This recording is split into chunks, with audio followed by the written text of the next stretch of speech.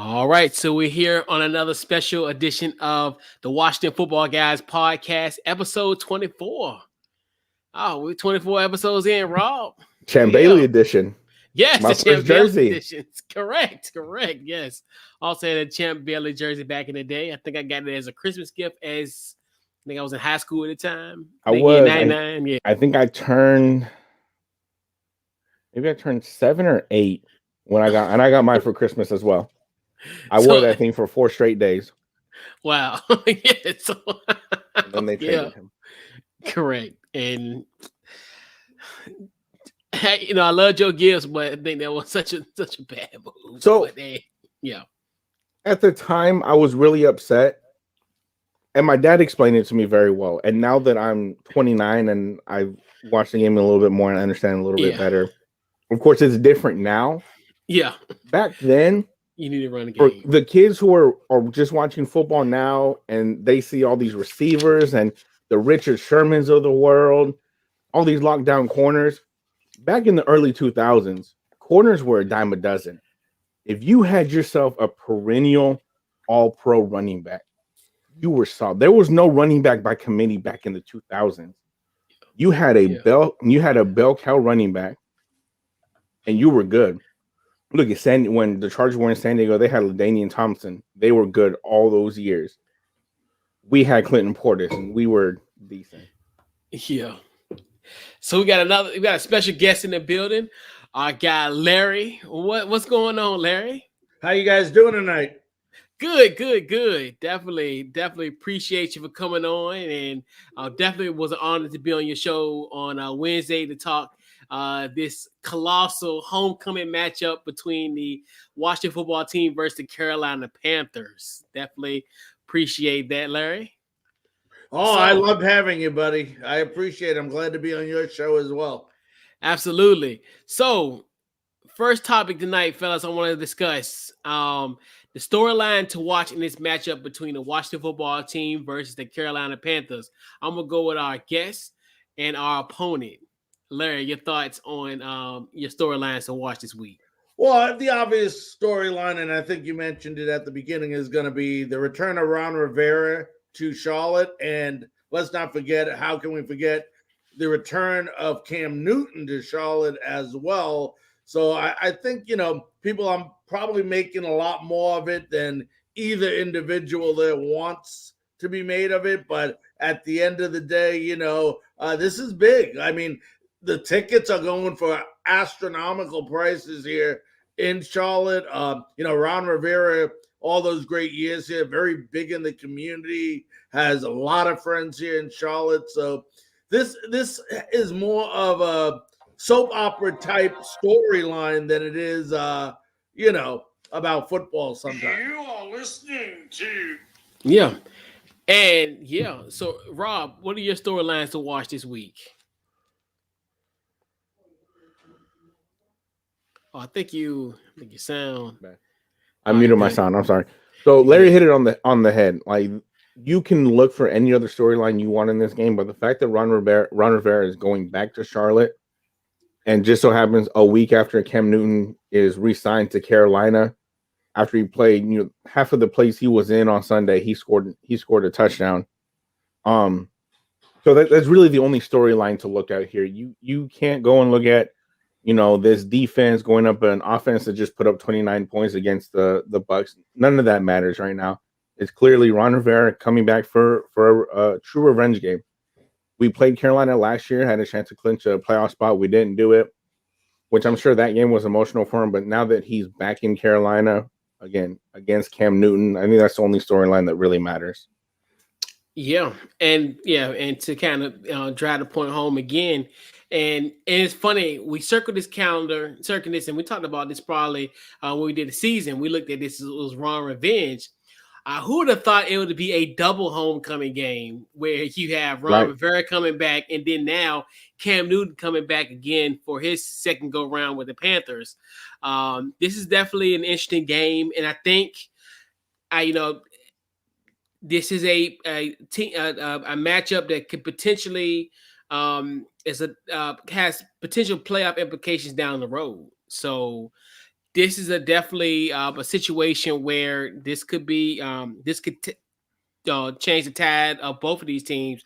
Like I was saying on your show, Larry, the other day, if the Panthers go out and win, they'll be 6-5, and it's almost like a new lease on life. If at this point, especially with Cam Newton there, and then when Washington playoff hope still is still on life support, but you somewhat got a little bit of a shot if we were to win this football game. So yeah.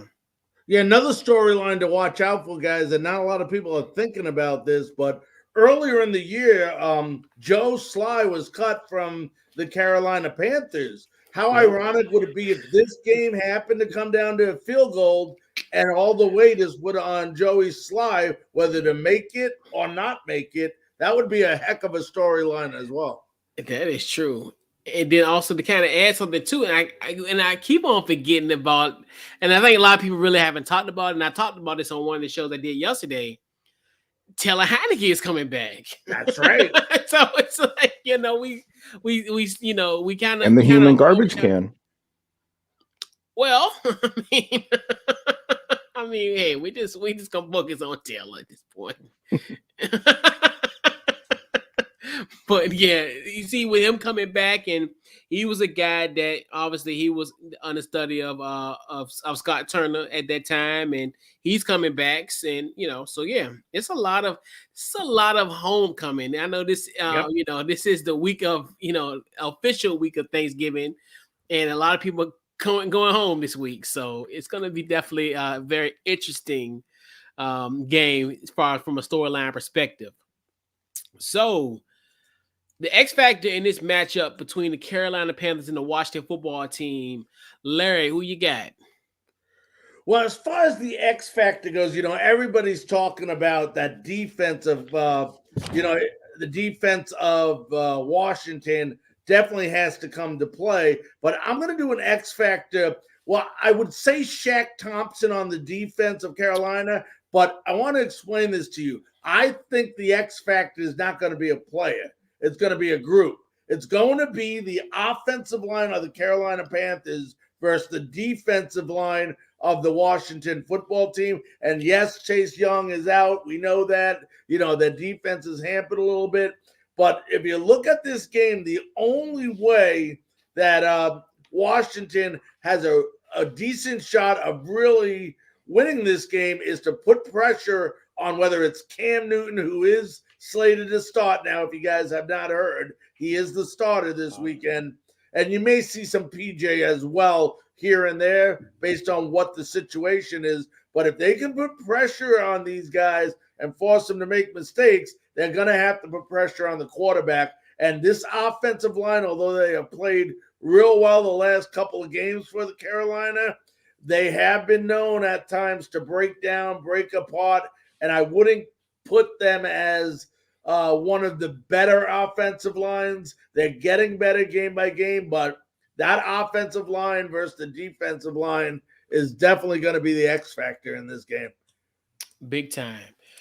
Rob, what you got?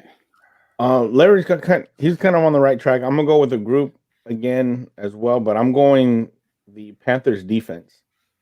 Because going into the Dallas game into week 4, I think it was, they're the best defense in the league, and we thought that meant something. And then Dallas went in and carved them up. The last 7 games, so the first 3 games when they started 0-3 or 3-0, I'm sorry, they averaged, their defense was giving up 191 yards per game. The last 7 since that start, giving up almost 320 yards a game of total passing and rushing yards.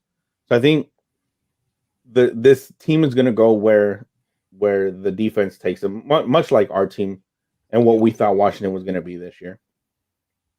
Yeah. I think one of the biggest X factors in this particular matchup is going to be Hassan Reddick. I think he's a guy who, at this point, 9 sacks this season, and you see how Taylor was so susceptible to being sacked last week. I think he got sacked 5 times and got hit 8. So I think he will be definitely have a huge impact when it comes to potentially getting to Taylor Heineke. So I definitely look at him as kind of a guy on Carolina's, the one that you really need to watch, and kind of need to hone on when it comes to making sure that Taylor stays upright. Make sure that Hassan Reddick is nowhere near him, and in that situation. But yep.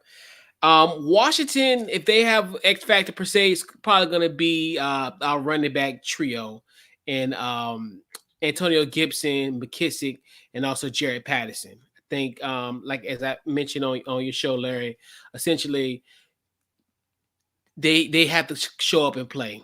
I mean, if we want to be successful in this football game, we're gonna have to be able to run the football. Just like we talked about, Rob, week in and week out, we're not the type of team that can really be in track meets every week. Like we have to slow down the tempo, slow down the pace in just about every game, just due to how we lack offensively. And that's really our key, is to have a good running game just about week in and week out. I think if Washington were to have an X factor, I think it's gonna be Jonathan Allen. He was really disruptive Yes. against Tampa. I went and rewatched it. I rewatched the condensed version, and a lot of those incomplete passes, and especially the overthrow where Bobby McCain intercepted it. That was because of Jonathan Allen. He was getting good pressure. He was getting consistent pressure. It didn't show up in the box score because he didn't not record as a sack or a hit, but his hand was in Brady's face, and it caused the ball to be off target, especially in that very first drive. It was a third and 4. He tried to throw it to the outside, and Jonathan Allen was in his face, and it caused an incomplete pass, which was the first time this season that Washington's defense held the opponent to a 3-and-out in the first drive of their game. Bro, and it was November the 14th. we say every weekend and week out, baby steps. All we gotta do. Right. Boy, I swear. Yeah. That's the kind of season we done had at this point. Yep. So matchup to watch in this in this matchup. What you got, Larry? It's real hard to say because you got so many guys injured right now, but the matchup that's going to be interesting to see on this team is you got a lot of receivers hurt, and I think Samuel's hurt, right?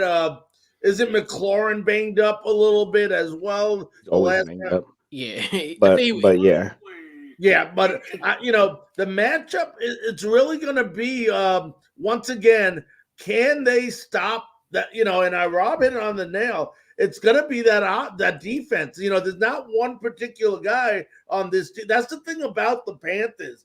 Hassan Reddick, you mentioned. Jack Thompson, you mentioned. You got Burrows. You got Burns. You got Gilmore playing. There's not just one particular guy that you can really key on because they got all those other guys around them. But the matchup that I want to see is Trevor Heineke.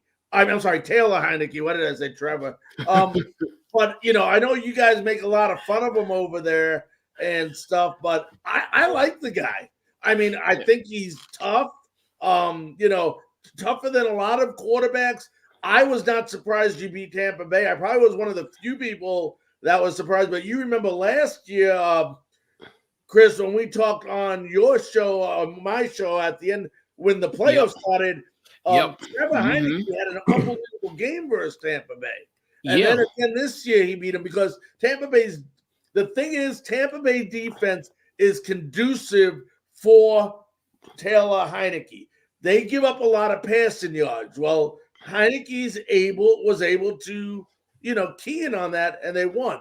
I want to see how Taylor Heineke does this week versus this defense. This defense, Rob did mention, but one thing that he didn't mention was that from the last 7 games, they've had, like we all do, had quite a few guys on the defense. Everyone is back except J.C. Horn this week. So it's going to be that defense that you kind of saw in the first 3 games. And I want to see how Heineke does. This is 2 weeks in a row. Unbelievable defenses. He was successful last week. I want to see how he does this week. Yeah. Definitely with that one. So Rob, what is your matchup to watch? It's gonna be these wide receivers against the DBs. Wide receivers, I don't want to say they ate last week against Tampa, but Taylor Heineke put them in really good positions to win battles to go get a football. His placement last week was very good compared to previous weeks where he's usually, 4, 5, 6, 7 overthrows in the game. His pass to DeAndre Carter was on the money. You could not have thrown a better. I think the only person on planet Earth that could have thrown a ball that well or better was sitting on the side on the other sideline when that ball was thrown. Um, and Adam Humphries is coming up big the last few games. He's getting 2 or 3 catches a game towards the end, but they're big chain moving catches. Curtis Samuel still IR. Hopefully he can come back. Hopefully soon this season, if at all. And then DeAndre Carter is also getting his groove in the game and in that offense. So if these wide receivers can come in and do what they did last week against Tampa, I think it's going to be a relatively easy game. And Chris, just to piggyback on what Rob said, Adam Humphries is a hell of a receiver. When he was in Tampa Bay, he was outstanding. Yep. They used him a lot, scored a lot of touchdowns there. He's going to get more time playing with a lot of the injuries that going on. But if you want to watch a key matchup, besides what we were talking about the groups earlier, that is going to win or lose this game, besides the turnover battle, we talk about that all the time. That goes without saying. Okay, but the one matchup that I think everybody should watch out for is third down conversions in this game. The team that converts the most on third down and stays on the field and keeps their defense fresh on the sideline has the best chance of winning. And that's one thing that this Panthers team has done well. I believe they're like second in the NFL in time of possession this year. So that's going to be the key. That Washington defense is going to have to stop them on third down if they plan on going ahead and winning this game, because that defense, it's banged up enough, yet you don't need them, tired as heck on the field when they're playing. So definitely watch out for that. Yeah.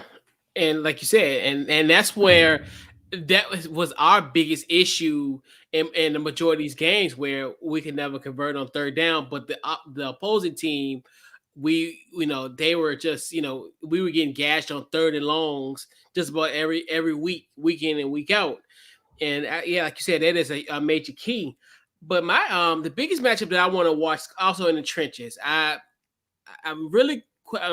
curious about as far as our offensive line versus the Panthers defensive line. We're a little bit banged up. I know, matter of fact, I think Sadiq was limited in practice today. Brandon Sheriff was limited in practice today. So we're pretty banged up from the offensive line standpoint. I think for the most part, I think Sadiq is questionable for Sunday at this point. They upgraded him to questionable. So how far as Brandon Sheriff and that's concerned. So I think if we can kind of get some production of the offensive line, like I said, that helps everything. That helps Taylor. That helps to run the game. That could potentially help us have long sustaining drives like that one in the fourth quarter last week. That 10-minute drive, that 19 play drive. That was probably That thing was so beautiful. I went back and watched it because my internet went out. Yeah, I had 6 minutes left in the game, so I didn't get to see a majority of that drive. But going back and watching it, it was so beautiful. And it's so funny because we talk about this week in and week out of what they should do, and then it happens. That's why I think it made me so happy Sunday.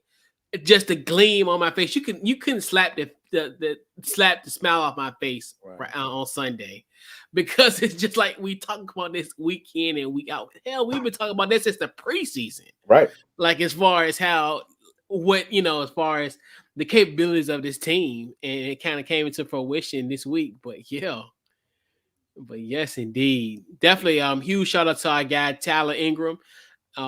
Friend of the podcast, also was here when we did our Green Bay preview. Just wrapped up a show with him, so definitely appreciate you, Tyler, for tuning in tonight. So let me grab this here. All right. Our guest, Larry. The Panthers win if. They have to rush the football. I mean, it's no secret on this team. This team goes as far as their running game last week, unbelievable. Chris. The other thing is they can't just rely on Christian McCaffrey. They can't. They got Chuba Hubbard. They got Amir Abdullah, who's doing terrific catching balls out of the backfield. But the Panthers win. The Panthers, Rob said they go as their defense goes. That goes without saying. But Cam Newton can't come into this game trying to do too much. That's one thing that worries me a little bit. He doesn't have to do it all on this team. This team wins if their defense comes to play. It's that easy because they have enough weapons on offense to handle that defense of Washington. Can Cam go ahead and utilize these weapons that he has? That's going to be based on the success of the running game. And, the one thing that scares me about the Panthers, guys, is they seem to get that 9, 10, 11 penalties a game. So they're going to have to clean that up a little bit because you don't continually need big runs or big plays being called back because of silly holding penalties. But the Panthers will win as long as they're defense. Because I'll tell you what, if I'm Heineke, I'm scared, you know what? Because, there's one of the best sack teams in the league. I mean, this defense is just incredible. And like Rob said, they played the first 3 games well. Probably the last 6 games not so well. And then, of course, last week they were phenomenal versus the best team in the league, the Arizona Cardinals, who has one of the better offenses, and they really shut them down. So if they come in and play like they did versus Arizona last week, it could be a long day. I will say they did play very, very well last week, but with all due respect, it was against Colt McCoy. It wasn't against Kyler Murray. I think that plays a huge part. Guys, if you don't mind me interjecting, you're right. They did play Colt McCoy, and everybody says, but you played Colt McCoy. Okay, what people don't realize is the Panthers had their backup quarterback playing too. Okay, their backup quarterback played. P.J. Walker, yes, you had a couple plays with Cam Newton. I'll give you that. But at the end of the day, these were 2 backup quarterbacks, but people seem to forget and only think of the Kyle Murray side of it because of the magnitude that Kyle Murray brings to the game. Yes, Sam Darnold is our starting quarterback, hasn't played well the last 6 games, but at the end of the day, both teams were facing the same situation. Yeah. Shout out to Colt McCoy, man, former Washington football team quarterback. And the week before, Chris, he had a great game, if you remember. 22 of 26, yes. I think a couple touchdowns. So it just happens. This is just how, and it's a sad situation because Rob, I would have loved to see Kyle Murray play. I wanted to see Kyle Murray versus this defense. You always want to see how you stack up against the best. I completely understand. I agree with you 100%. Yeah, I'm a big Kyle Murray fan. I really am. All right. The Panthers win, Rob, if they convert third downs. Yeah. That was the big thing last week. Not only convert good third downs, but stop us from converting third down. So they're 25th in the league in converting on third down. They're, I think, 4th, and I just had it up right here, 4th in the league in stopping opponents on third down. We all know that's offense and defense. That's where our team struggles. We struggle getting the third down conversions, whether it's 3rd and inches, and we struggle stopping people on third down no matter the distance. It's been a problem since week 1 against the Chargers. And last week was the first time that we actually played well and got Tom Brady off the field and were able to convert the third downs to keep Tom Brady off the field. Yeah, big time. I think if the Panthers will win this game, it'll pretty much come down to, like you said, third down conversion as well. I think if they have an opportunity in the goal line scenarios, like I talked about it on your show, Larry, the Frankly Speaking Sports Show. plug. so so and then like we talked about the red zone threat, I think they have a different dynamic as far as Carolina that we really haven't faced this year, as far as the different types of threats that they have. You talk about CMC in the backfield, Cam Newton. So you have scenarios where I can envision them kind of manipulating that, where you might have Cam as a runner, Cam as a passer, passing out to CMC. So they got a lot of options. I think if we were to, the biggest thing is holding them, not putting them in the red zone. I think that's kind of one of the biggest keys, I think, when it comes to this Panthers team. And then also, just that, and then just for Taylor not to really get hit as much, because if he got hit he got hit 8 times, got sacked 5 times last week. Just imagine what could potentially happen in this game. And I think if the Panthers just play smart, they can win this football game, unfortunately. And it's going to depend a lot too on how much of this playbook Cam Newton is able to learn Absolutely. over this now week that he has. And there's nothing saying that he's not able to learn a playbook, because I'm sure you have to be smart to play the quarterback position. And I'm sure he has a huge brain.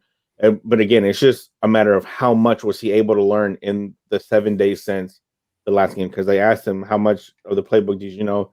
He knew 2 touchdowns worth, which yes, he did, while only playing 4 plays. You're gonna probably be playing anywhere from 60 to 80 plays, Sunday morning, or Sunday afternoon.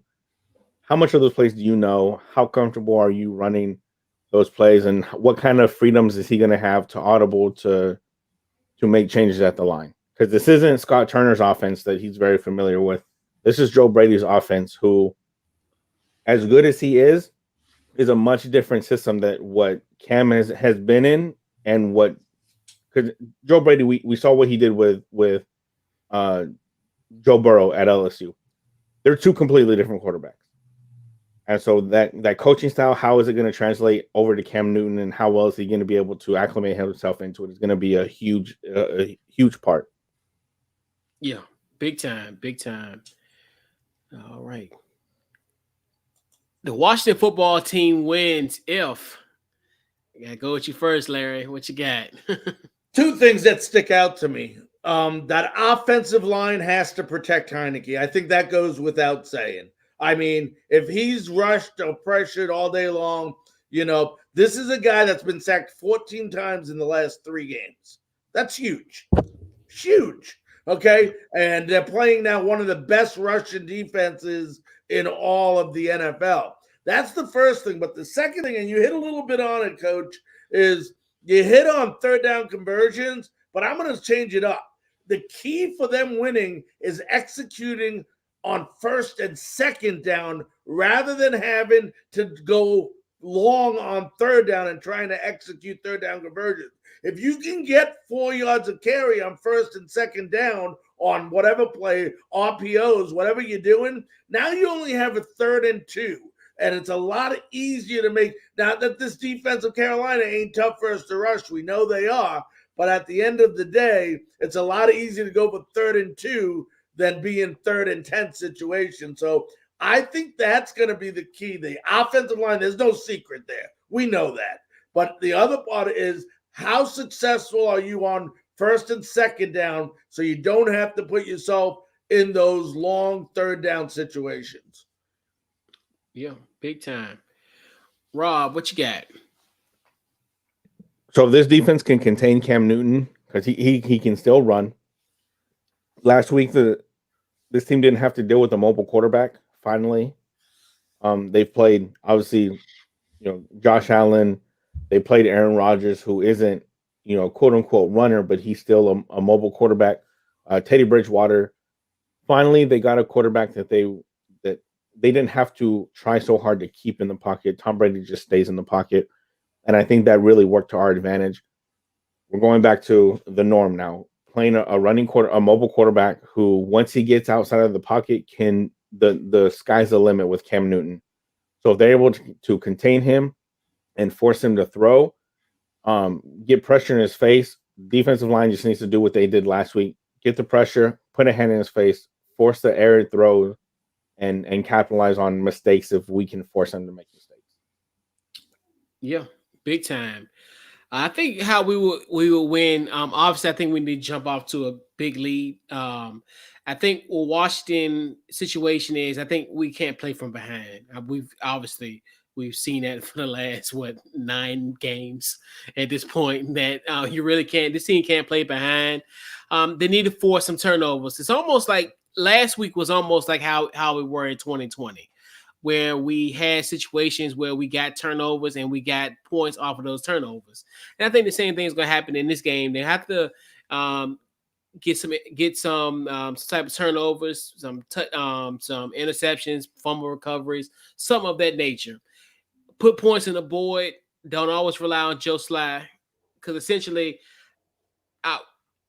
even though it didn't bite us in the butt last week because it was somewhat of an insurmountable lead, but like you look at what is our first 4 possessions we scored, I think we mustered what I think at that time was like 16 points. Right. I think some right around that nature. 3 field goals and a touchdown. So it's got to be similar to that, where you gotta jump on them early, and I think that's what makes Taylor better when he is ahead. Because I think when he's behind, he just want to make plays and kind of, I want to say freelance, but in his instinctive nature, he's got to be like, look, I gotta make plays happen regardless. That's when you get the bad Brett Favre out of him potentially, where he just becomes that gunslinger, and he's just one of those guys where you can't, in this matchup, like we said, we can't, regardless of who we play throughout the rest of the season, we can't be in track meets with these teams. We got to slow down this tempo. And I think with Taylor, let's give him a lead early. Let's get some turnovers early and let him at least play and play what the defense gives you. Like how you look at those, like especially in that Tampa Bay game, he did what the defense gave him. He didn't do anything, he didn't, go over the assignment. He did what he had to do.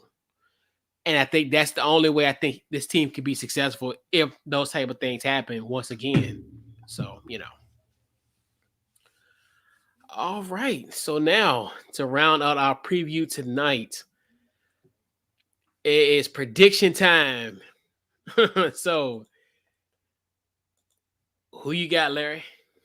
Well, I definitely have the Panthers in this game, and for a couple of different reasons. Mm-hmm. First of all, and I know I'm not going to win over Washington fans by saying this, but this football team in Washington is not as good as we all expected it to be at the beginning of the year. Yeah. I mean, I expected a lot more out of Washington this year than I've seen. Yes, they're coming off a big win in Tampa, which could be a bad thing for this game, although it was a great thing for Washington last week, is, they just came off high emotions. They beat the Super Bowl champ. They're coming in. They're playing a team that is re-energized, full of energy, has a great defense. And you guys talked about, scoring often and quickly. Well, this is a team, and you and I talked about this the other night too, Chris, that has not allowed a touchdown the entire year on the first drive. So, Crazy. Unless that changes this weekend, it's going to obviously be another game. But this is a team that has so much confidence right now. While other teams are getting injured on the defensive end, this team is getting healthier and getting everyone back. You add Cam into the mix, and I'm not going to sit here and tell everybody that Cam Newton is going to come out and throw for 400 yards, rush for another 100. It's going to take Cam time.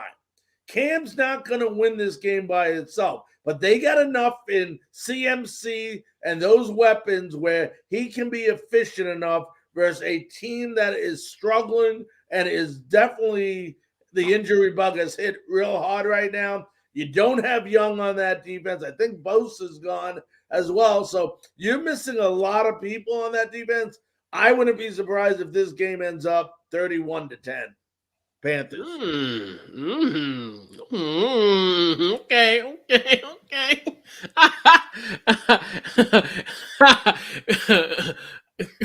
Rob, I was going to try to keep it respectful, but you know what? No, I think it's going to be a much, much closer game. So the thing with the NFL is it's very easy to get momentum, and if you see teams rattle off a winning streak, a 2, 3, maybe 4 game winning streak, they build off of each of those wins. Beating Tampa the way that this team did last week, that has to equal at least a 3 game winning streak as far as like momentum wise and confidence. So I think this team's gonna go out there with all the confidence in the world. So we just beat Tom Brady. Who in the world is Cameron Newton? I don't know. I don't know who that is. So I think they're still going to have their struggles. I think it's going to be a 23-24 ball, or I'm sorry, 27-24 ball game, Washington. Oh, cool. All right. So I am a creature of habit, and that is by nature. So last week, I had us losing to the Tampa Bay Buccaneers. Also, as being a man of my word as well, I went on Larry's show and had us losing 21-17. And last Sunday, I wore the Legend of Taylor Heineke shirt. I will wear that shirt again, and I have not washed that shirt. Good. So, for good juju, I will pick this team to lose 21-17. But we know how reverse psychology works. So, sometimes you got to do what you got to do. Correct. So you know what's crazy last week? So Yeah. out of the 5-game parlay that I bet on last week, I lost one. Oh no, not against I lost to Washington. Yep. So I bet against Washington last week. I bet the Tampa money line, which I was okay. I think only bet like $10. It would have paid me about $84, something like that. Yeah. So I was okay with it. So this time, what I did, Carolina's favored -3 at the time that I placed the bet. So I took Washington +3. So I can, even as long as we don't lose by more than 3, I'll still be okay. Yeah. And remember, guys, you're going to be in front of a hostile environment. This game will be sold out. Yes, like you said, the price gouging is through the roof. The cheapest ticket right now on StubHub is $160. Mm. And it's going to be empty by midway of the third quarter. Well, that's only so we can go home happy. That's all. Yeah. Oh man, that's gonna be a great game. Absolutely. Yep. So let's put a bow on this week's Watch the Football Guys podcast. Real quick, can you bring up Tyler's comment real quick? Yeah, let's get okay. Oh yeah, right. So if you think that's bad, so the first week, I think like 4 or 5 weeks ago, I did my first parlay, and I got greedy. Every time I placed a bet, I would see the money go up. I was at a point where it was a 10-team parlay. I bet $20 could have won me 8,400, a little more than 8,400. Of the 10, I missed one on these garbage Panthers. I'm sorry, no disrespect. These garbage Panthers could not beat the Vikings in overtime. I took Carolina +1. Oh no, it's Carolina -1. I'm sorry, Carolina -1. Could not beat the Vikings. That's what I lost my $8,000 on. The following week, did a 14 parlay. The game I lost on, the Panthers. So I've stayed away from the Panthers, except for this week. So hopefully they don't fail me this time. So far, Larry, your team has cost me almost $10,000 this week or this season. Think about that when you go to bed tonight. I'm trying to think what to say, but I think you're a lot more upset about this than I am. But oh, absolutely, $10,000. And I hate the point spread as much as I play it and bet on it sometimes as well. It's I don't understand. I don't like the point system. The spread and everything. But there you go, man. Yeah, it's ready. Still fresh. I'll start looking for the texts about halftime when you guys are saying, "Larry, you were right." Just you got my email. You know how to reach I got you. Yes, indeed. Yes, I definitely know how to contact you. Yep. So, fellas, let's put a bow on this week's Watch the Football Guys podcast. Yes, definitely. Yeah, absolutely. So, Larry, where can they find you on social media and can plug any of your upcoming projects? What you got? Well, we can do 3 shows a week. Monday, Tuesday, Wednesday nights. They start at 9 o'clock. Monday night is Frankly Speaking Sports on Facebook, on Twitter, on YouTube, on Twitch, and a bunch of other. If anybody's listening to this in Winston Salem, we are on a radio station there on Tobacco Road Sports Radio as well.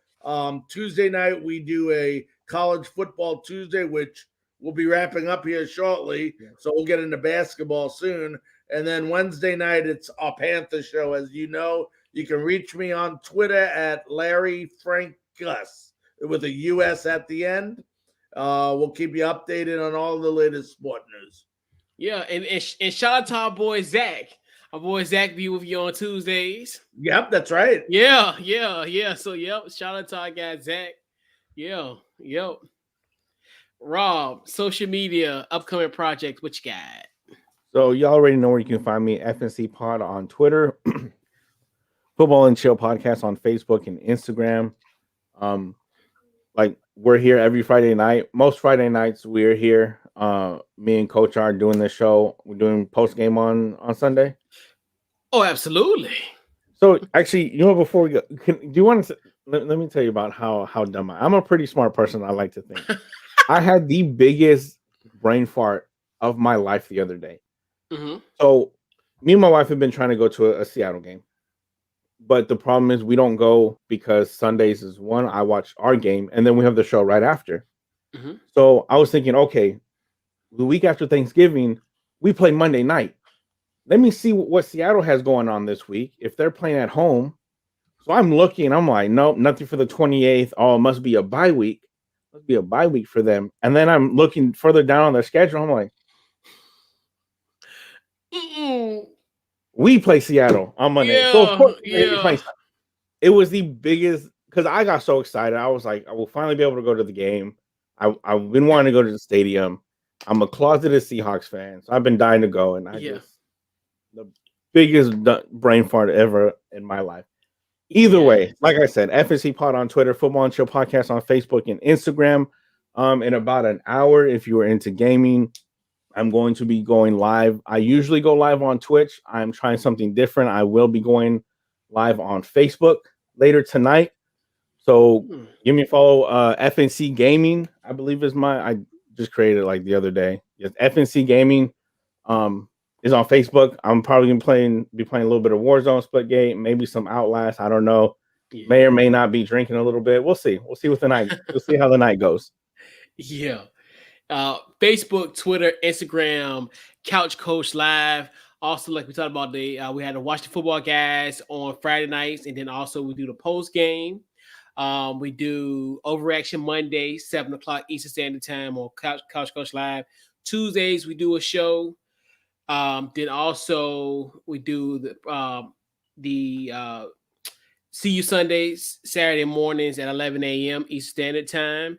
And then we got some upcoming. We got a city series coming in probably the end of November, potentially. So we do some stuff. We do some giveaways. We get ready. Couch Coach Live get ready to hit the 2,000 follower mark. So I definitely have to, like I said, give them some gifts. It is the holiday season. Be a little generous this year. And once again, definitely appreciate you, Larry, for coming on. Anytime. Always a pleasure. Always pleasure to link up with you. Same here, my friend. Yes, indeed. So for the fellas, man, this has been this week's Washington Football Guys podcast. We'll catch you guys post game after the Washington football team win, potentially, but we shall see. We'll see. All right. He